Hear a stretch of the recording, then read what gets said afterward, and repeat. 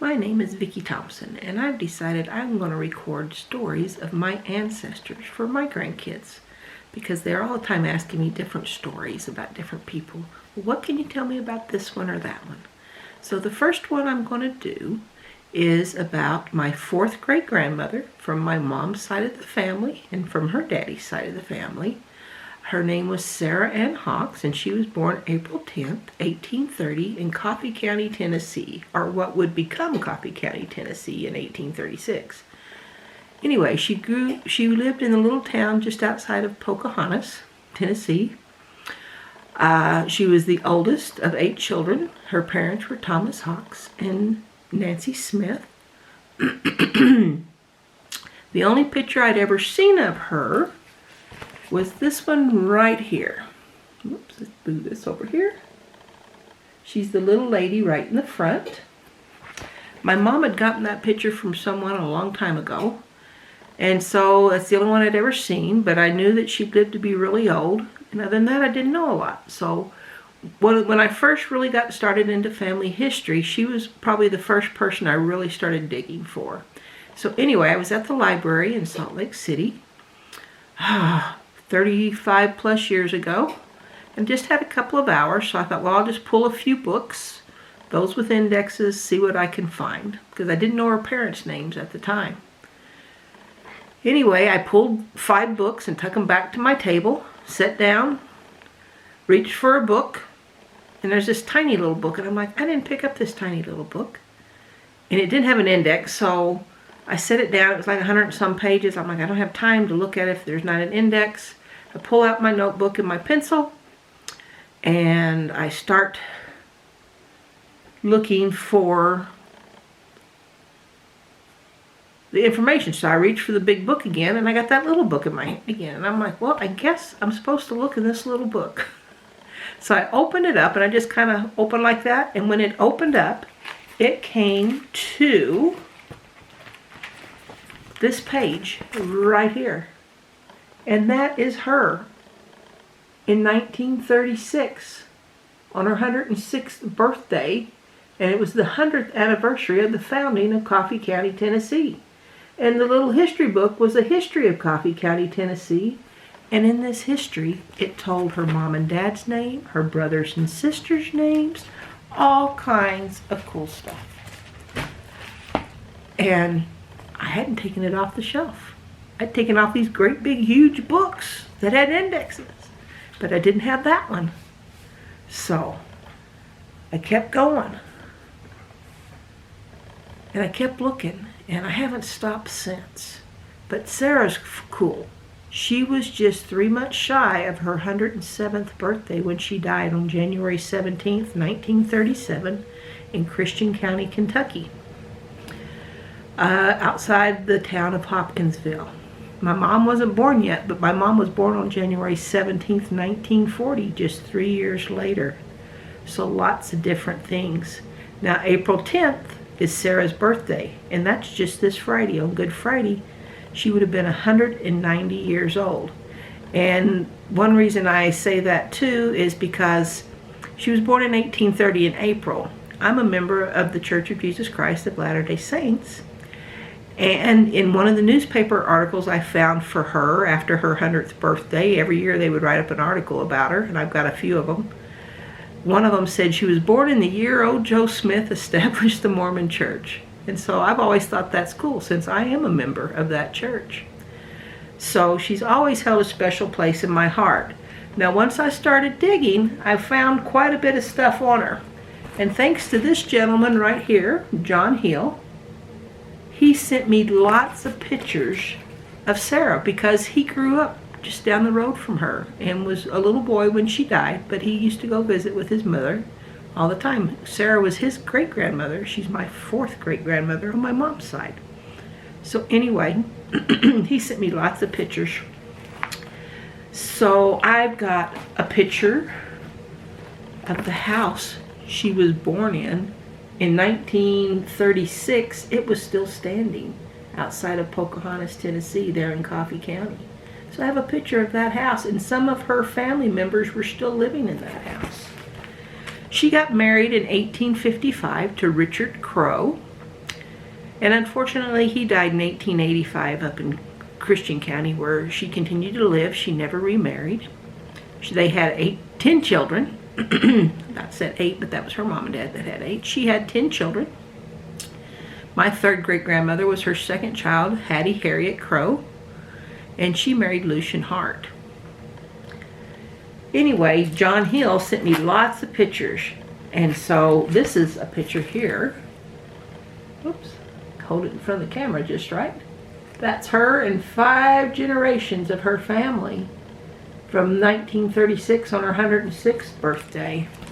And then this picture was also taken in 1936, another 5-generation picture. But what's cool about this picture is the 3 youngest people over here, I knew Jimmy Dell, her mama Carrie, and I was even, this lady here, Ida, Sarah's granddaughter, did not die until I was 4 years old. And I can remember going to her house. This was my grandpa's grandma, Ida Ann Hart Fryer. And this is her mother, Harriet, or Hattie. And then Sarah sitting in the chair. But I knew Jimmy Dell and I knew Aunt Carrie. I'd gone to their houses a number of times, so that's kind of a cool picture too that I was able to find. This picture right here was a picture that was found that John Hill also sent me, and was taken on her 106th birthday, that they put in the newspaper and sent to the Coffee County History Society to include in their book. I've got newspaper articles and clippings, and she said that her admonition to the women of today, this was in 1936, 1931 through 36. If you drink hard liquor and dance all night, you won't live long at all. Well off to my age.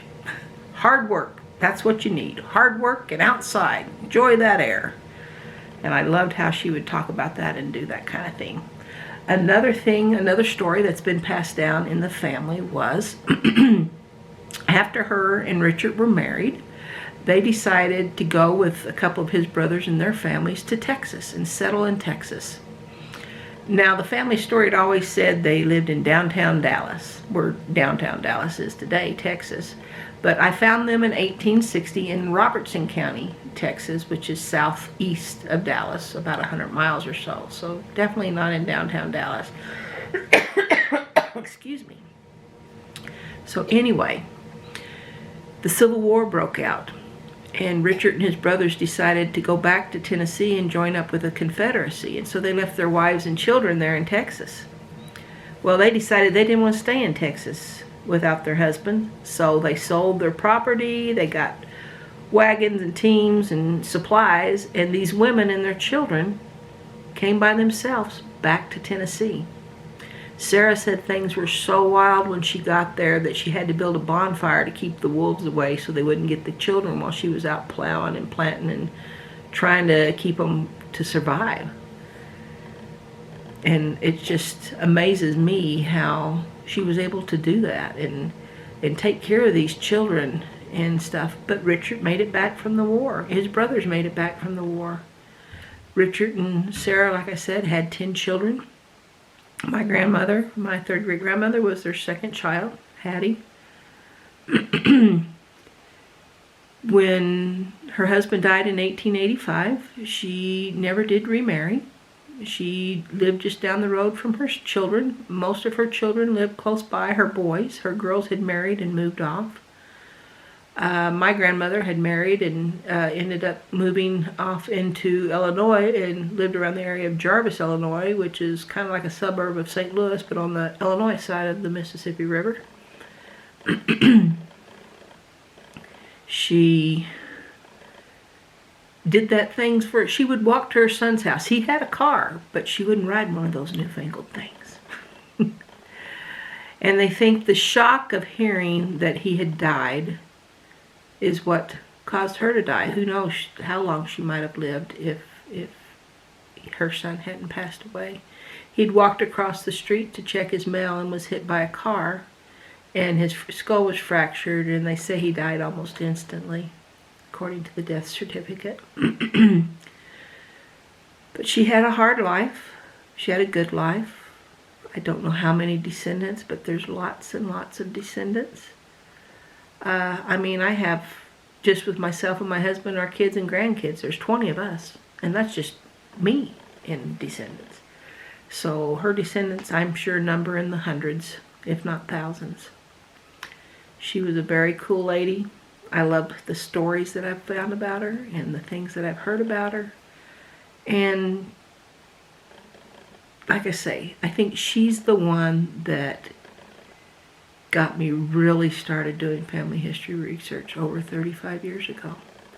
And I haven't stopped since. Not planning on stopping anytime soon. She was a cool lady, 106 years old in just a few months, 10 months, 9 months old, 106 and 9 months. Because she died January 17th, 1937. And her birthday was April 10th, 1830. So just, 3 months later, she would have been 107 years old. Special lady, special family.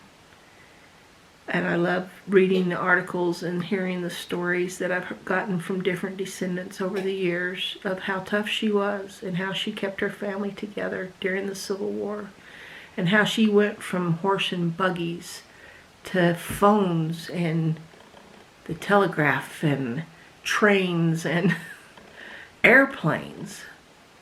Can you imagine what she thought about airplanes, TVs, movies? All of those different things.